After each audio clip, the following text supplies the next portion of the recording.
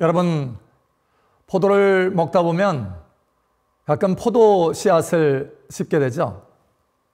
씨앗이 없는 줄 알았는데 있는 겁니다. 그 정도로 이 포도 씨앗은 작죠. 여러분, 이 포도 씨앗이 심겨지면 줄기가 나고, 잎사귀가 나고, 줄기가 나고, 이제 가지가 뻗어나서 열매를 맺게 되죠. 이 작은 포도 씨앗 한 알이 심겨져서 도대체 얼마나 포도송이를 맺을 수 있을까요? 여러분, 뉴스에 나왔는데 전라북도 고창의 한 농가에서 포도 씨앗 하나를 심었는데 거기서 나온 포도송이의 이 열매의 숫자가요 4,500송이랍니다. 놀랍죠? 4,500송이요. 사실 이 4,500송이는 보통 일반적으로 맺는 그 포도송이의 100배를 맺은 것이라고 합니다. 여러분, 세계적으로 유례가 없다라는 겁니다. 그 정도로 많이 맺혀진 거죠. 사실 이 가지도요, 각각의 사방으로 뻗어나가는 이 가지도 40m 정도 된답니다. 하나에, 가지 하나예요. 또 이제 거기에서 촬영을 하다가 PD가 숫자를 세보겠다고 시도를 했어요. 근데 세고 세다가 500송이 정도 세다가 지쳐서 더 이상 못 세겠습니다 라고 멈추는 겁니다. 그 정도로 많은 거예요. 작은 씨앗 하나 심겨졌는데 4,500송이.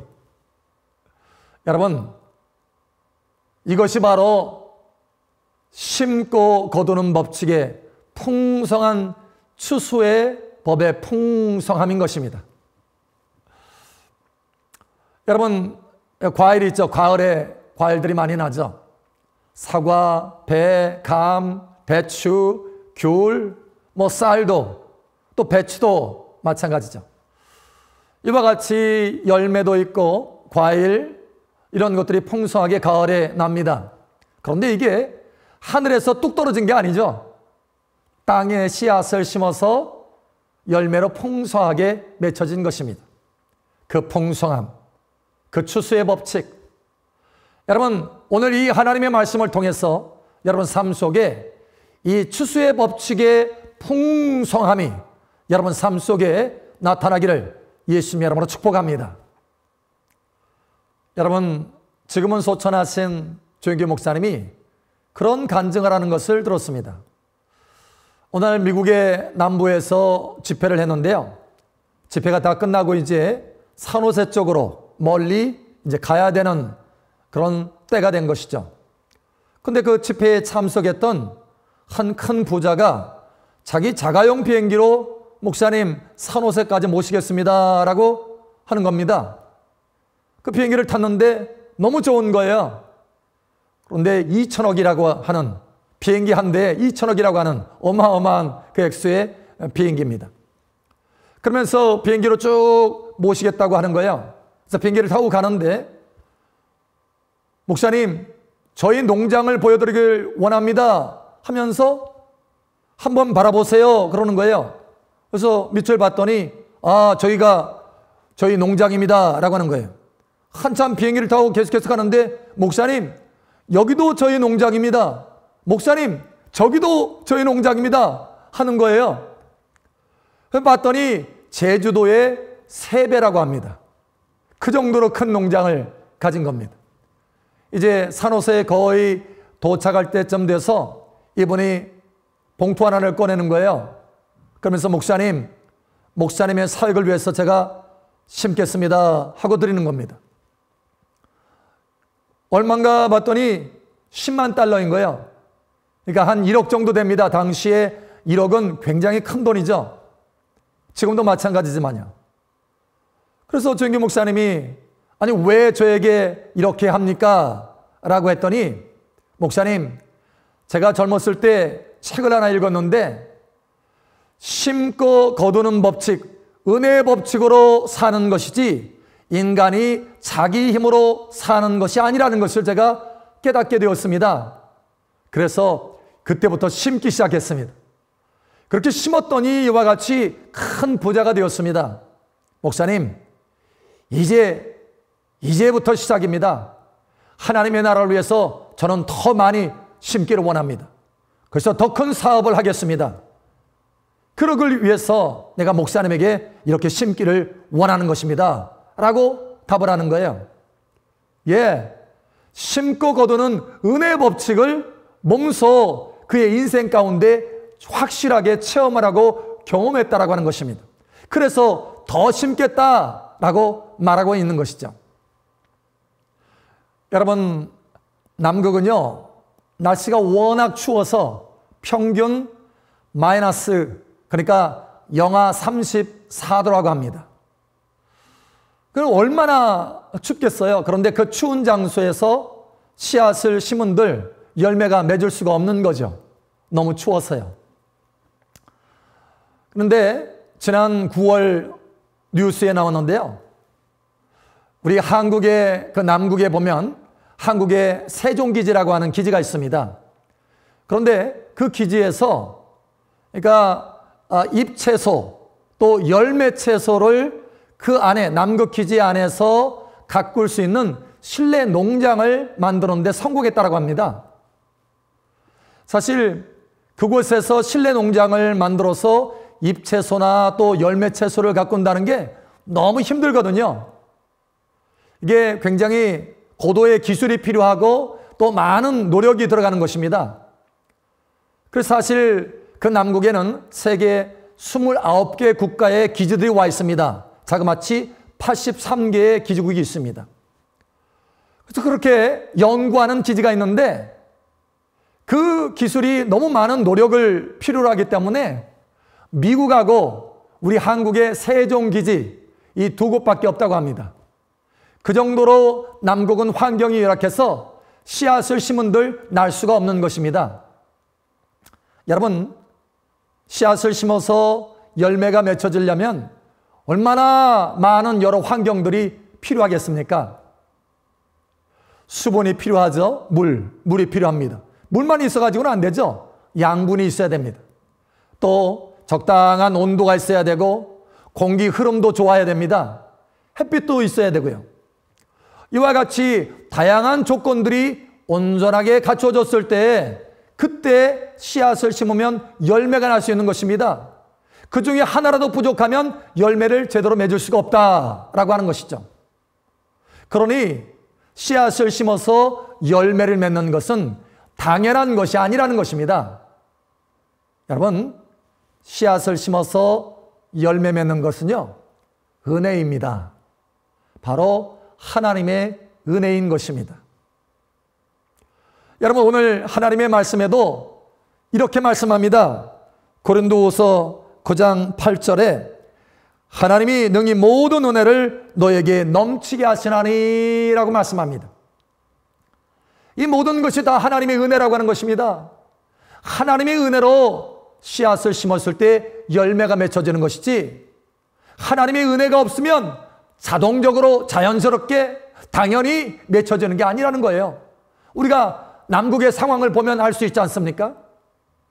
아무리 열매를 많이 씨앗을 심은들 거기에 열매를 거둘 수 없는 환경이라는 것입니다. 그러한 환경이 만들어진다는 것 자체가 바로 하나님의 은혜다라고 하는 것입니다. 여러분, 아담이요 하나님 앞에 죄를 범함으로 땅이 저주를 받았습니다. 그래서 고생해야 뭔가 열매를 거둘 수 있는 거예요. 창세기 보면 아담의 후예들, 계보들이 쭉 나옵니다. 거기에 보면 라멕이라고 하는 사람이 아들을 낳습니다.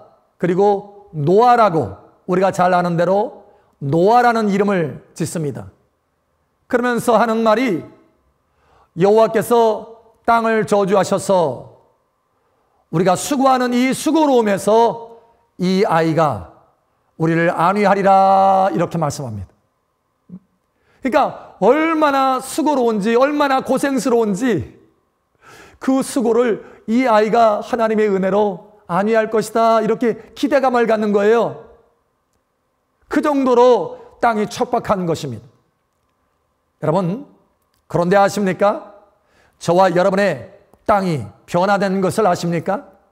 하나님의 모든 은혜를 인하여서, 예수 그리스도 안에서 부어주신 하나님의 은혜를 인하여서 저와 여러분의 모든 땅이 변화된 것을 아십니까? 갈라디아서 3장 13절에 이렇게 말씀합니다. 그리스도께서 우리를 위하여 저주를 받은 바 되사 율법의 저주에서 우리를 속량하셨으니 기록된 바 나무에 달린 자마다 저주 아래 있는 자라 하였습니다. 예수님께서 십자가에서 못 박히셔서 죽으신 까닭이 우리를 저주에서, 땅의 그 저주에서, 인생의 저주에서 자유케 하시려고 예수님께서 십자가에서 죽으셨다는 것입니다. 그리고 그 뒤에 14절에 이렇게 말합니다. 이는 그리스도 예수 안에서 아브라함의 복이 이방인에게 미치게 하고 라고 말하고 있습니다. 그러니까 우리의 삶 가운데, 우리의 인생 가운데 예수 그리스도 안에서 저주가 떠나고 아브라함의 복이 임하였다라고 하는 것입니다. 하나님의 모든 은혜가 부어졌다는 것입니다. 이제는 척박한 땅이 아니고 심으면 나는 풍성한 땅이 되었다는 것입니다. 여러분, 이제는 심으면 되는 것입니다. 이제는 땅이 변화되었다고 하는 것입니다. 영국의 한 큰 선박회사에 어린이 기금을 이제 모금하는 이 단체에서 기부금을 얼마를 받을까 뭔가 기대하면서 찾아갔다고 합니다. 약속을 하고 이제 찾아갔는데 이제 밤이 되어서 이제 찾아간 거예요. 근데 그 선박회사의 그 사장이 촛불 2개를 켜놓고 장부를 정리하고 있더랍니다.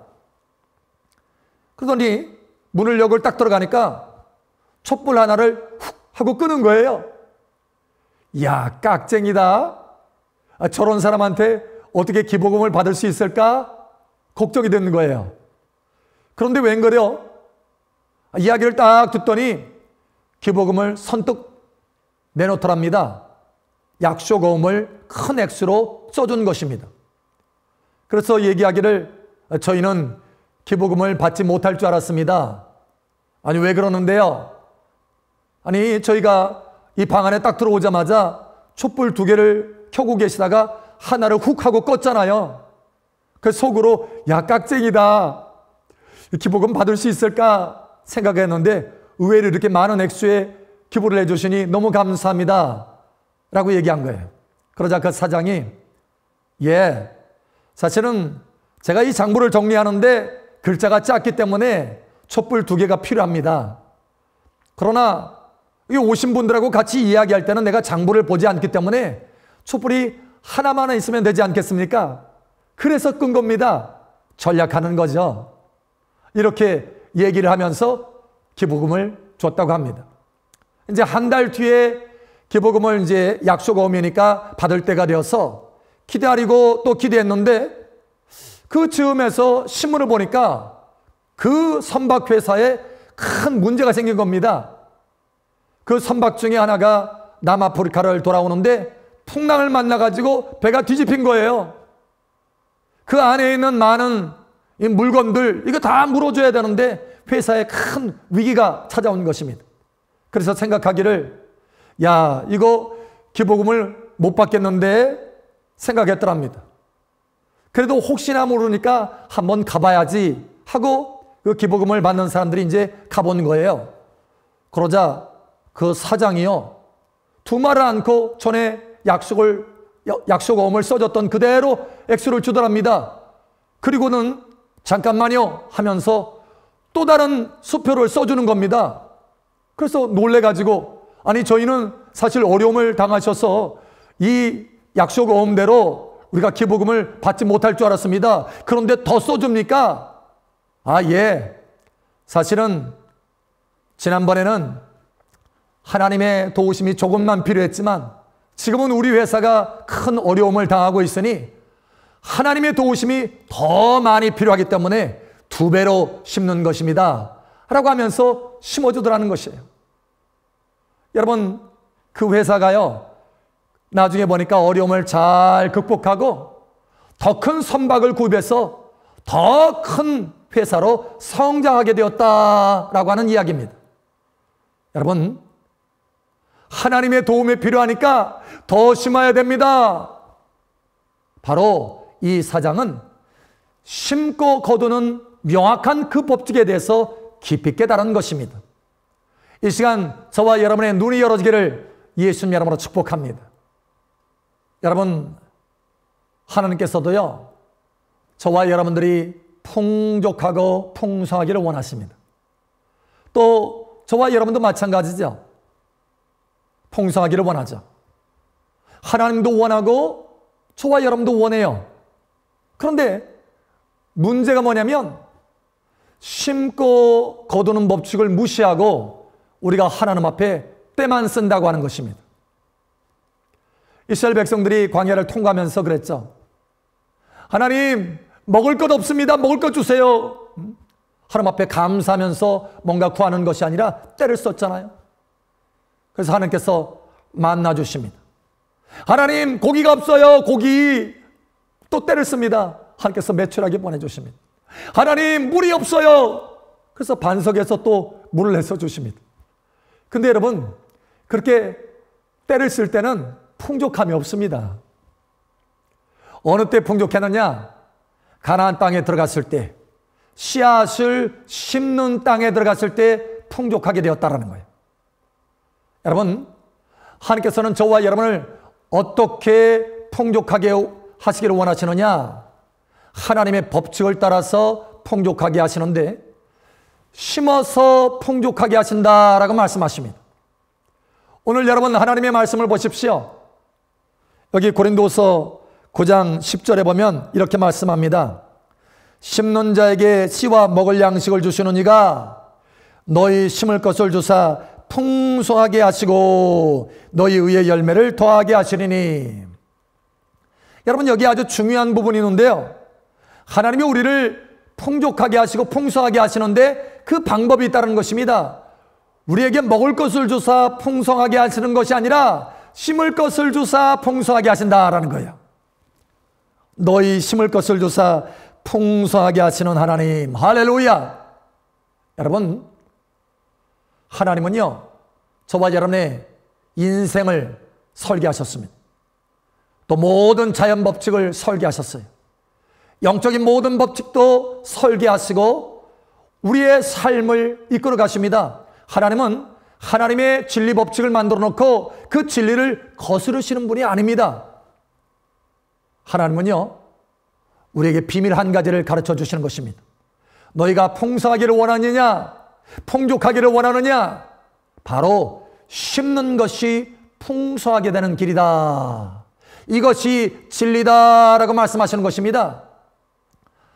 사르밧 과부가 3년 반 동안의 그 기간을 통과하도록 하나님께서 이 과부에게 풍성함을 주시려고 계획하셨습니다. 그래서 엘리야를 보내죠. 근데 여러분, 엘리야가 가서 기름과 밀가루가 있어져라 하고 여러분 뻥튀기 하듯이 그렇게 풍족하게 만든 것이 아닙니다. 법칙이 있습니다. 반드시 심어야 나기 때문에 심는 법칙으로 그 과부에게 말합니다. 밀가루하고 기름으로 해서 작은 똑덩이를 내게 하나 가져와라. 여러분, 사실 이 과부에게는요, 그 조금 밀가루하고 기름이 있어서 이 마지막 먹고 죽으려고 하는 그 정도로 작았습니다. 그러니까 이게 먹을 것이라는 거예요. 이 과부에게는 먹을 것입니다. 그런데 엘리야는 말합니다. 아니다. 그게 다 먹을 것이 아니고 그 가운데 심을 것이 있다라는 겁니다. 내게 작은 똑덩이를 먼저 가져와라. 그것을 심어라 라고 하는 것입니다. 여러분, 그 말대로 심었더니 심는 법칙에 따라서 하나님의 기적이 나옵니다. 밀가루가 기름이 떨어지지 않게 되는 것입니다. 풍족함을 누리게 됐다라고 하는 것입니다. 심을 때 나타났다라는 것입니다. 여러분, 예수님의 기적도 마찬가지입니다. 이스라엘 백성들이 예수를 막 따라다니죠. 들판에서 먹을 것이 없습니다. 그런데 남자만 5,000명 이상이 거기 다 모였어요. 여자와 아이까지 합치면 2만여 명이 될 수 있습니다. 그런데 들판이라 먹을 것이 없어요. 그런데도 예수님은 한 가지 계획을 가지고 계셨습니다. 이 모든 사람을 풍족하게 배불리 먹이시려고 하는 계획을 가지고 있었어요. 그리고 그 계획을 가지고 있었지만 빌립을 시험했다. 어찌하냐 보려고 시험했다라고 말합니다. 여러분, 예수님은 풍족하게 먹이려고 하는 그 계획을 있었지만 갑자기 예수님께서 무에서 유를 창조하듯이 아무것도 없는 것에서 고기가 나타나라, 떡이 나타나라 이렇게 하지 않으셨다는 것입니다. 예수님도 마찬가지로 심는 법칙에 따라서 풍성함을 주시려고 하는 계획을 가지고 있었어요. 어린아이의 작은 도시락이 심겨졌습니다. 물고기 2마리, 보리떡 5개, 이게 심겨졌어요. 여러분, 씨앗은 작지 않습니까? 여기 작은 도시락, 이 씨앗처럼 이 작은 도시락이 예수님께 심겨졌어요. 놀라운 기적이 일어납니다. 거기에 있는 모든 사람들이 다 배불리 먹고도 12강주리가 남았다는 거예요. 남는 풍성함이 있었다라고 하는 것입니다. 여러분, 삶 속에 이런 풍성함의 기적이 나타나기를 축복합니다. 어느 때요? 심을 때 나타난다라는 거예요. 이름만 말해도 대부분의 많은 사람들이 다 알 수 있는 분이 그런 간증을 합니다. 어릴 적에 새벽 예배 또 봉사 또 하면서 열심히 심었다라는 거예요. 가난한 가운데 심었다고 하는 것입니다. 워낙 가난한 가운데 심었기 때문에 궁핍했어요. 궁핍해도 심었다라는 거예요. 그런데 너무 궁핍하니까 나중에는 포기하고 싶은 그런 마음이 들었다고 합니다. 그래도 눈물로 씨앗을 뿌리는 자는 기쁨으로 단을 거두리로다라고 하는 이 말씀을 붙들고 심고 또 심고 심었다는 것입니다. 그런데 40세가 되니까 그때부터 거두기 시작하는데요. 감당하지 못할 정도로 풍성함으로 하나님께서 열매를 맺도록 하신다라고 하는 거예요. 여러분, 어느 날 저희 청년들이 작은 봉투 하나를 가져왔습니다. 그리고 목사님, 이 선교비를 목사님 선교비 앞에서 선교하기를 원합니다. 그러는 거예요. 그러면서 하는 말이 목사님 너무 작습니다. 그러는 거예요. 그래서 제가 그랬습니다. 씨앗은 원래 작은 법입니다. 그러나 이 작은 것이 심겨지면 풍성한 열매를 거두게 되죠. 그것이 바로 추수법칙의 풍성함입니다. 라고 했습니다. 여러분, 작은 포도 씨앗이 심겨졌는데 4,500송이가 거두어졌습니다. 기적 같은 추수죠. 이러한 추수가 여러분 삶 속에 있기를 축복합니다. 오늘 하나님의 말씀에도 모든 은혜가 부어졌다라고 말씀합니다. 고린도후서 9장 8절에 모든 은혜를 너에게 넘치게 하시나니, 심어서 그렇게 풍성한 것을 거둘 수 있도록 모든 조건들이 다 갖추어졌다는 것입니다. 심기만 하면 된다는 것입니다. 그러면서 고린도후서 9장 10절에도 말씀하죠. 심을 것을 주사 풍성하게 하시는 하나님이다 라고 말씀하시는 것입니다. 여러분, 오늘 이 말씀의 비밀이 눈이 활짝 열어지고 하나님의 은혜로서 깊이 깨달아지기를 축복합니다. 이제는 풍성함 가운데 들어가시길 바랍니다. 하나님의 기적 같은 풍성함은 심을 때 오게 되는 것입니다. 여러분, 오늘 말씀을 붙드시고 이 추수법칙의 풍성함을 따라서 심고 거둠으로 하나님의 영광의 풍성함, 기적적인 풍성함 가운데 들어가시기를 예수님의 이름으로 축복합니다.